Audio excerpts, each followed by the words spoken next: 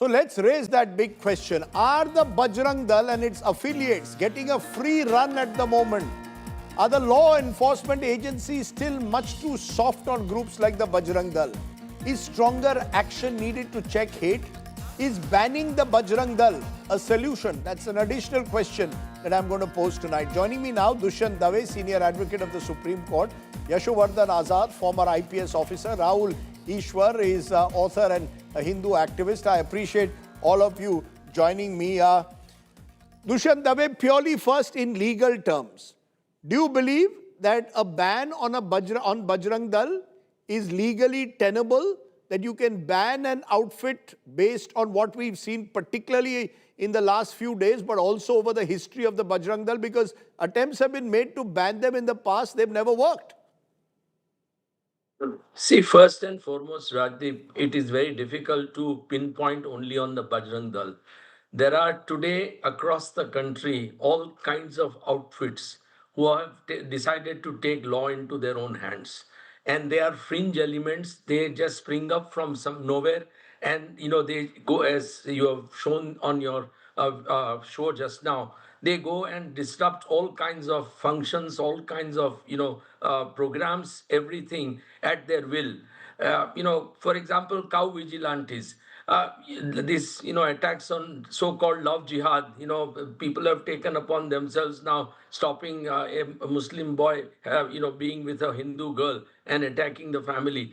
There are across the country, I would say hundreds and hundreds of such groups which have sprung up like mushrooms. And it is impossible, therefore, to really control them unless the country or nation decides that enough is enough. We cannot permit this nonsense to go on any longer. What you showed, for example, in Ahmedabad, it just happened that there's a very well-known mall there. And at that mall, there were Christmas decorations made, and this group of people calling themselves Hindu outfit went there and destroyed all that. Now this is something which is very difficult to stop unless a very heavy hand of law takes over. There is no point identifying Bajrang Dal alone. Bajrang Dal may be one of them, but there are Vishwa Hindu Parishad has been openly, advocating about it. As the leader So you're just said saying a that, ban is not feasible? I'm sorry, you're saying a ban is not feasible because there are hundreds of outfits and they will metamorphose in different forms. Am I correct? Banning them is not an option. Use yes, the existing legal provisions. I feel that ban won't really be sustained in a court of law. Because it would be very difficult, to prohibition, to ban. You require an extraordinary material, and these isolated instances really will not call for. They are not a terrorist organization on which you can impose a ban. They are an organization which indulges in unlawful activities, and ordinary law should take care of that. So I don't think ban will really work. And what really needs is a message from the top. The Prime Minister, the Home Minister, and the Chief Ministers of the state should, ensure that a message goes from them. Unless they give the message, it is very difficult for us to really control these people. Now, the division and the divide in society is so complete, and this, aggressive form of Hinduism, which has now, come up, that phase is very difficult to control. I mean, you see it even in our drawing rooms, people talking about things which were unheard of 20 years ago. And today, people talk openly about targeting certain sections of the society and feeling proud about it. So, what do you do? The mindset has changed. The whole approach has changed. Religion is being weaponized today.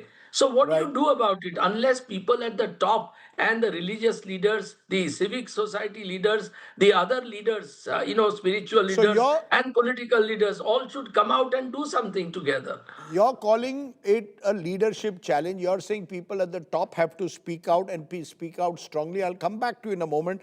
I just want to bring you Yash Azad because the Supreme Court in a case, Tehseen Poonawalla versus Union of India 2018, said it is the state's responsibility to prevent mob violence, protect targeted communities, arrest perpetrators, and discipline officers. Now, in the case of Bareilly, the police say we've arrested the people involved.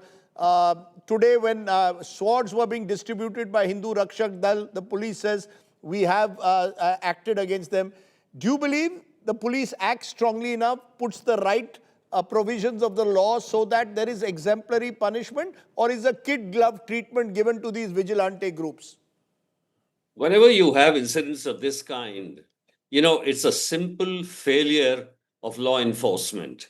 There is nothing, because banning is certainly not a practical idea, because there are many fringe elements who, in the name of Hindu outfits, create this kind of a gundagardi and lumpenization. Even in the case of Bareilly, you were asking me a very important question: did the police take action? If you heard the correctly, the policeman said that an FIR was registered the next day, and that is when the FIR was registered and arrests were made. If the police gets an information in a cafe that this kind of a gundagardi is going on, they are supposed to reach the spot immediately and arrest those people right there and then, get the FIR registered and from the victims. So yes, the law enforcement has been weak. Now, there are various other states, Assam, Rajasthan, Chhattisgarh, Uttar Pradesh, Haryana, where these incidents have taken place in the last week of December. Mind you, Rajdeep, when incidents like this have happened before, and the law enforcement knows, the collector or the SP or the police commissioner, that this is the time you have to be extra sensitive, then that's the time when you watch over the main troublemakers. And therefore, I would say that it is definitely the state's responsibility. It's definitely the responsibility of the law enforcement. And it is because you have weak, supine the law enforcement officers that these kind of incidents are allowed. Because once the message you're saying in Bareilly, for example, the police need not have waited for an FIR. They should have moved in immediately. They should have had enough information in Bareilly to know that in a cafe this was happening. Am I correct? Absolutely, absolutely.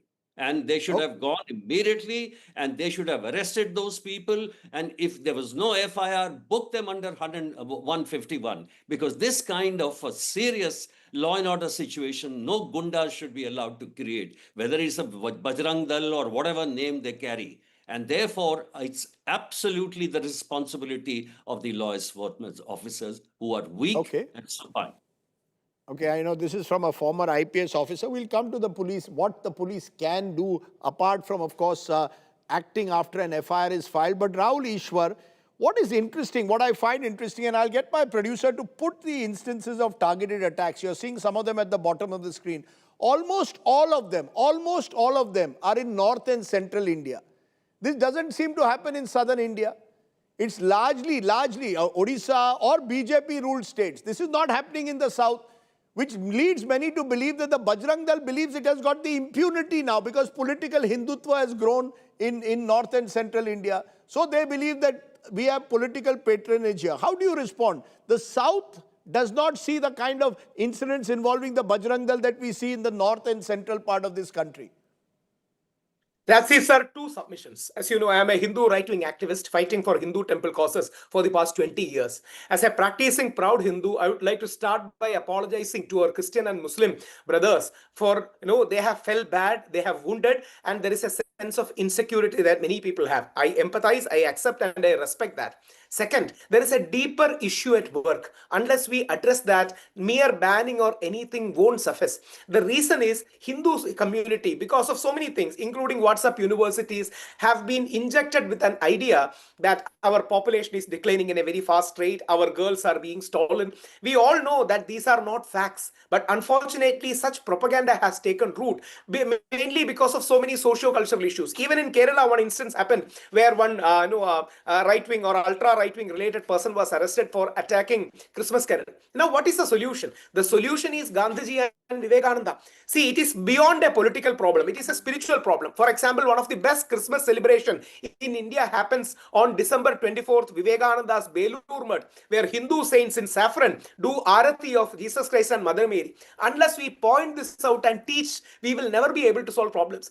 Our father of the nation, Mahatma Gandhi... It's politicization of religion. Mr. Rahul Ishwar, let's cut the chase. You mentioned the spiritual tradition and the great spiritual traditions of India. But now religion has been consumerized and politicized. That's the problem. Can And I no offer one a wants to one-line call out. counter? The Bajrang Dal would not dare to do that if there was a strong political leadership committed to the spiritual traditions of Hinduism, not this Can I- militancy. Can I offer a one-line counter? The Yes. solution to politicization of religion is spiritualization of politics. The solution to politicization of religion is the spiritualization of politics. Rajiv sir will know, in Sabrimala for the past 1,000 years, we religiously and ritualistically go to a mosque and a church before going to Sabrimala Hindu temple. There are And no votes even in that. There are no votes in that. The votes are in this. The votes are in showing your aggression, your muscle flexing. And that's the reason why we need, and we lost the father of the nation because of this hardline Islamophobia. Godse killed Mahatma Gandhi because Godse believed Mahatma Gandhi was leaning too much towards our Muslim brothers. See, that's the reason why we need a sense of balance. You know, I'm a supporter of Modi ji. I respect Modi ji. That sabka saath sabka vikas or pluralism or secularism or whatever name you want to call, we should educate, create awareness regarding communal harmony and unity. And banning won't suffice because in one name or the other it is going to come. And let us also Sir, we don't point want out slogans. Sir, that this people country like has Mohan seen Bhagwat ji slogans. and- Slogans are not the answer. We want action on the ground. And Dushyant Dave, you see, I come back to it. You said at the outset, banning is not a solution. I take your point because the fact is that today this is the Hindu Rakshak Dal, an organization called Hindu Rakshak Dal, which was found in Ghaziabad distributing swords. How many such organizations will mushroom in different forms? They can change their name every now and then. You will recall several years ago, Sri Ram Sene in Karnataka would go to a Mangalore pub. They attacked the people inside. So there are across the country these various organizations. Now, they claim they are reacting to radical Islam. So their argument when I talk to some of them is we are trying to save the country. What will you tell them? That we are the Rakshaks? Rajdeep, I think the real issue is, besides political will, there is something which is troubling me for a long, long time, at least in last 2 decades, and that is the approach of the judiciary. The judiciary, to my mind, is not fair. And, if this kind of behavior was done by people belonging to the minority community, they would have found it impossible to get a bail for even a year or two. But these, people will be released on bail maybe in 24 hours or maybe in a couple of days' time. So, judiciary today is also to be blamed to what is happening. The National Human Rights Commission is completely silent. I mean, what do they do? I don't understand. We are spending hundreds of crores of rupees creating these institutions, and they are not doing a damn thing about protecting human rights of citizens. These are gross violations of human rights, basic human values. So judiciary law, as was pointed out, the police has failed completely across the country. We know that police officers cannot act independently. If any officer acts independently and sternly against this kind of rowdyism, he will be transferred tomorrow. But judiciary is untouchable, at least supposed to be. Why are judges so lenient? Why are judges not taking this situation seriously? If you Or what send would you maybe do? 100 people. Tell me a provision that you can use. You're saying most of these provisions are instantly bailable. What would you do? Which are the provisions that can be applied? No, these are very, to my mind, they invoke provisions which are lenient. According to me, these assaults are almost murderous assaults. Why should they attempt to murder be not levied on them? Why should they not be picked up for that? Ultimately, people cow vigilantes are killing across the country. We know that. So, judiciary, even in these kind of offenses, judge has a duty to say that these offenses which you are charging them are very light, and I suggest that they should be charged with graver offenses. The judge But has how the will right you? to do so. But how will you respond, Mr. Dave, when you say this? Like cow vigilantes are doing this across the country. There'll be those. I have heard them say this, and I'm only playing devil's advocate, who say these are isolated, stray instances. Please do not damn an entire community. Do not spread fear among minorities. Majority Indians do not approve of the actions of the Bajrang Dal. How will you respond to those? That the Bajrang Dal should not be made larger than life. That only gives them they want this publicity. In fact, they put up videos of their actions so that they get wider publicity. Look, as I said, Bajrang Dal is only one of the hundreds of outfits today functioning in the country. And they spring up like this. They just need a spark. And the moment there is a spark, 100, 200 people for the sake of publicity, and they do it deliberately. They like publicity. They put everything on, social media. These kind of attacks are put on social media deliberately, which itself is a very serious, issue to be dealt with by law enforcing agencies and the judiciary. So, according to me, unless everybody works together, the executive, the police, the judiciary, and of course the other society leaders, religious leaders, we can't stop. For example, RSS. Today, Mr. Bhagwat again and again talks about, that we should be one nation, we should be united. Why does Mr. Bhagwat not condemn these incidents? Why does Mr. Modi not condemn? Mr. Modi is, very open to tweeting on birthdays of the Bollywood stars. But he doesn't want to tweet on these kind of incidents and condemn them publicly. He goes to a church, to attend the mass and praises the Christian community and Christianity's message, but then doesn't say a word about these attacks against the Christians or against Christmas celebrations. What's wrong Okay. about all these? The fact also, of course, is you're saying that there needs to be stronger messages from those at the very top. Silence is not an answer, nor are slogans. But Yashovardhan Azad, at the end of the day, this has to be solved on the ground. In a country of 1.4 billion people, you expect law and order enforcement is the police's primary duty. Yes, political leadership has to show the will, has to send out strong messages, but the police itself, is the police weak-kneed, or is it getting messaging from the top? Why is the police? Because there are professional police officers, and surely there are those who say enough is enough, even within the police, who will want to take tough action. First of all, Rajdeep, I differ completely with those who say that the messaging or the chief ministers. No chief minister wants that this kind of a gundagardi should happen in a cafe or anywhere. Another thing I'll tell you, if the SP takes action, and I'm telling you from my own experience, if it's a tough SP and takes action, he's not transferred every time. In fact, suppose he takes action against a tough action. In fact, 80% of the times, nothing will happen to him.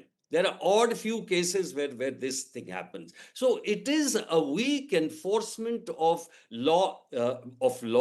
And the second thing is that, whenever we are talking about the judges, you're absolutely right. When you take up a case, it is the judges who set the people on bail. So judges, I agree with Mr. Dave that they should also not be excused. So these are, the question is that this is you say weak law problem. enforcement. Why is there weak law enforcement? When you say weak, is that systemic? Is it about up to individuals? Or is it that, there is a fear that if you act against some of these vigilante groups, do they fear retribution? What is it that they fear? Nothing. I don't know what they fear. That's exactly the point which I'm telling you.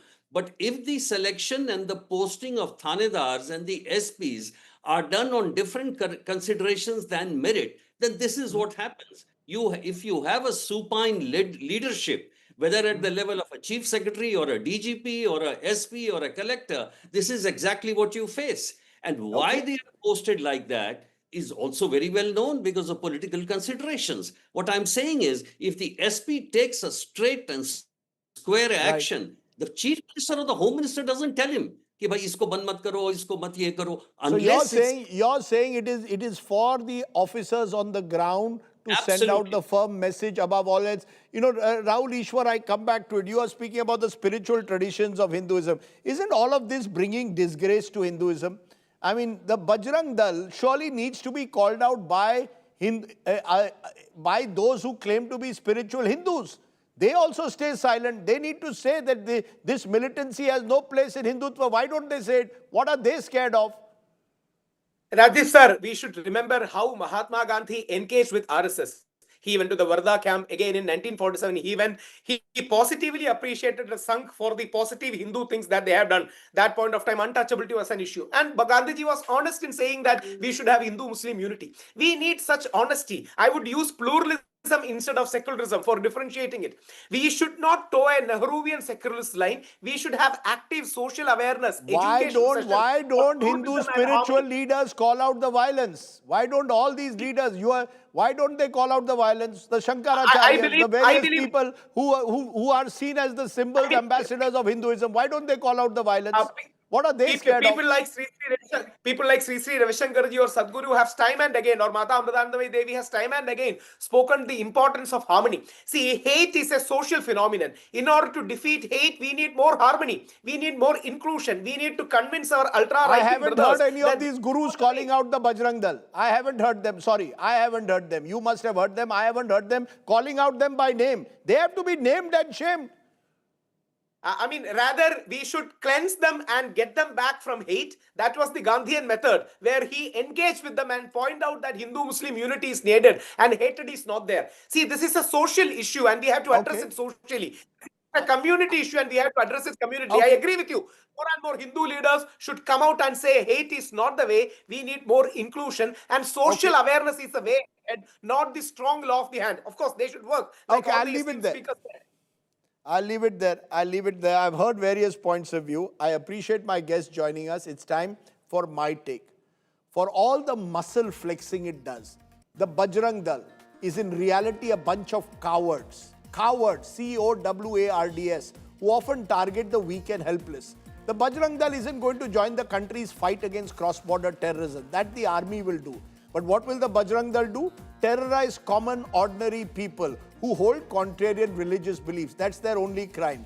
This is plain and simple gundagardi that brings disgrace to the great traditions of an inclusive, plural Hinduism. One of the objectives of the Bajrang Dal when it was formed through the Vishwa Hindu Parishad in 1984 was to protect Hindus from anti-social elements. Now, we need protection from the Bajrang Dal. As part of a wider parivar, Sangh Parivar, the Bajrang Dal and other Hindutva affiliates have been emboldened by the growing acceptance and normalization of political Hindutva. Truth is, the activities of the Bajrang Dal are starkly unconstitutional. Banning the organization won't work since it will resurface in another avatar. What is needed is strict, even implementation of the law and a political will. Someone needs to remind the political leadership that appeasing the Bajrang Dal is going to boomerang on them one day. Any slogan like Sabka Saath will sound hollow as long as the goon squads get away with impunity each time. Think about it.